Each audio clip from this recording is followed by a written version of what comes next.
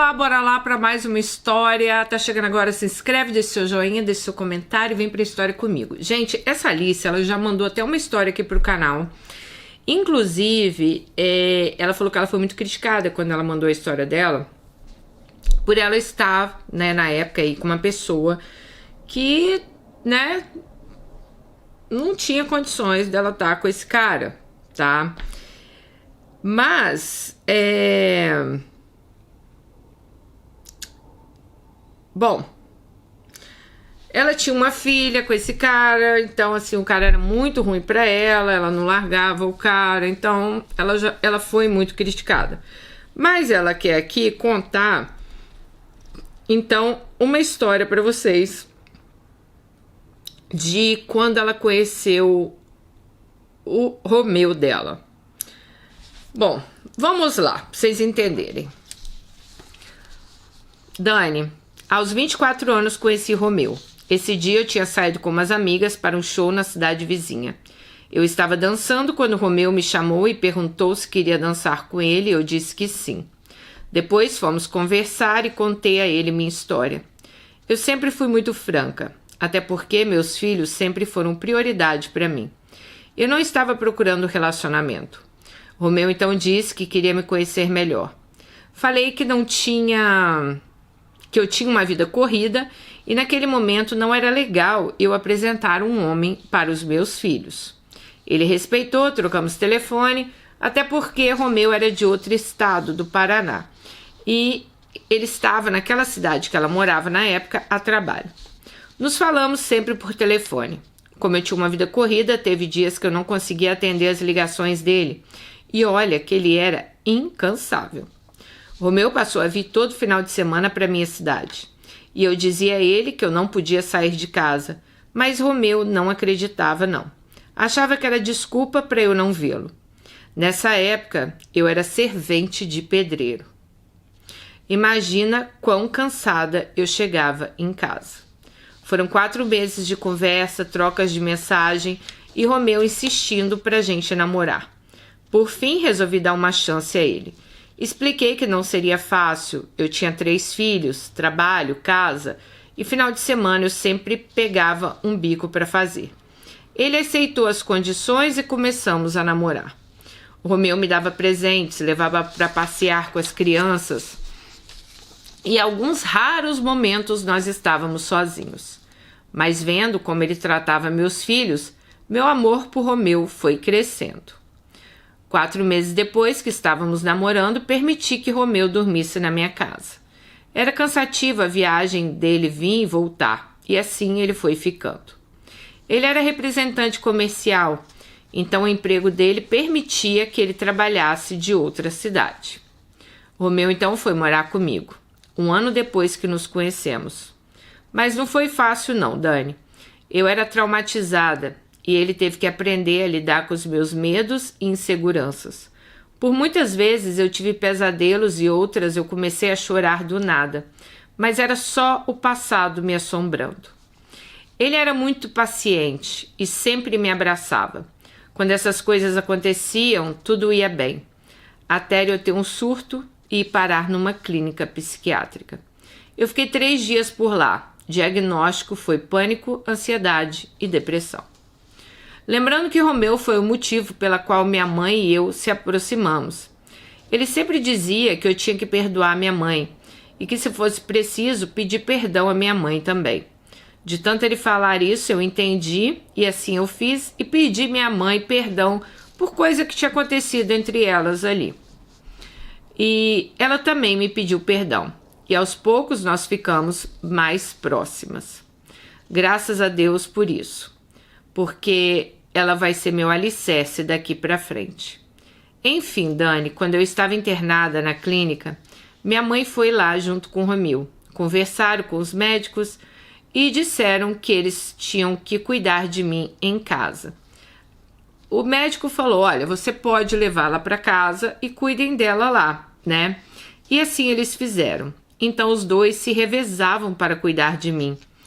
E me davam as medicações, porque eu ficava ao controle deles. já que a minha mãe, nessa época, também tinha assinado um termo para que eu pudesse sair da clínica. Então a mãe dela ia ficar responsável por ela. Todo dia ela estava lá em casa. Eu e Romeu já havíamos comprado nessa época um apartamento financiado. A vida estava mais fácil para mim, mas os traumas, os fantasmas do passado, eles insistiam em me perseguir. Foi um longo tratamento até diminuir a minha medicação. Até hoje eu tomo remédio, só durmo com remédio. Ela passou boa parte da vida dela frequentando a igreja evangélica. Porém, ela parou de ir, tinha muito tempo que ela não ia na igreja evangélica. E ela falou que depois da internação, uma pessoa conhecida dela chamou ela para ir na igreja evangélica e ela foi. E ali, Dani, minha vida mudou. Deus restaurou muitas coisas da minha vida. Então eu tomei a decisão de me batizar no CCB. Mas para batizar eu tinha que me casar, então nos casamos. Casei no cartório e 2 meses depois uma festa para a bênção das alianças, onde eu me vesti de noiva. E aquele foi o momento mais lindo da minha vida. Deus realmente tinha mudado. 4 meses depois do meu batismo, Romeu também decidiu se batizar, e então íamos à igreja todos juntos, eu, Romeu e meus filhos. Era lindo de ver meus filhos de terno.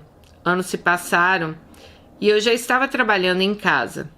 Deus me deu o dom de fazer bolo recheado, e essa por muitos anos foi minha fonte de renda. Eram tantas encomendas que muitas vezes eu nem conseguia aceitar todas. Glória a Deus, tudo ia dando bem, de novo. Eu não digo que era tudo um mar de rosas, mas nada que Deus não pudesse ajeitar.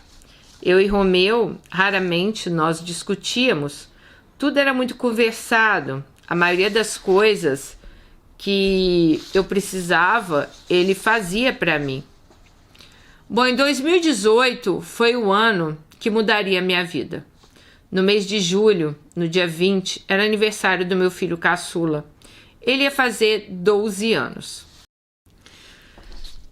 Ele estava fazendo 12 anos. Lembro que na madrugada do dia 20, eu acabei muito tarde as minhas encomendas. Então entrei no quarto dele e fiquei observando meu filho dormir. Fui até ele, dei um beijo e saí. O mesmo fiz com meus outros filhos. Pois uma coisa eu fazia todo dia, era dizer o quanto os amava. Mas aquela madrugada foi diferente, eu não sei explicar. Quando amanheceu o dia, abracei, desejei feliz aniversário e perguntei o que ele queria de presente e ele disse: "Quero um tênis, mãe." Eu disse a ele que para ele ir na loja escolher e depois eu passava para pegar, porque eu estava terminando os doces do dia anterior e assim ele fez. À noite ele me disse: "Mãe, posso ir na pizzaria com os irmãos da igreja comemorar meu aniversário?" Eu disse que sim. Ele se arrumou, chegou em mim, disse: "Mãe, tô indo. A paz de Deus." Eu respondi: "Também te amo. Vai com Deus." Quando foi 10 da noite, minha vizinha bateu na porta, eu atendi e ela disse: "Alice, o carro que os meninos estavam capotou." Alice, o carro que os meninos estavam capotou. O filho dela também estava junto.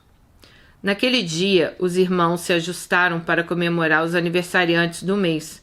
Meu filho mais velho não foi, pois estava na minha mãe jogando videogame com meu sobrinho. Dani, eu gelei. Eu peguei o celular e saí. Romeu foi tirar o carro e fomos até o lugar do acidente, que era 5 minutos de casa. Eu não vou entrar em detalhes sobre o acidente, isso me dói profundamente. Chegando ao local, meu menino já tinha ido ao hospital. Fui até lá e eu pedia tanto a Deus que ele estivesse bem. Implorei por um milagre, mas não aconteceu. A vontade de Deus era levar e assim foi. Eu vi o corpo do meu filho ali sem vida. Dobrei o joelho diante do corpo dele, orei a Deus e pedi forças. Sozinho eu não ia aguentar passar por aquilo. Meus ossos parecia que estavam quebrando.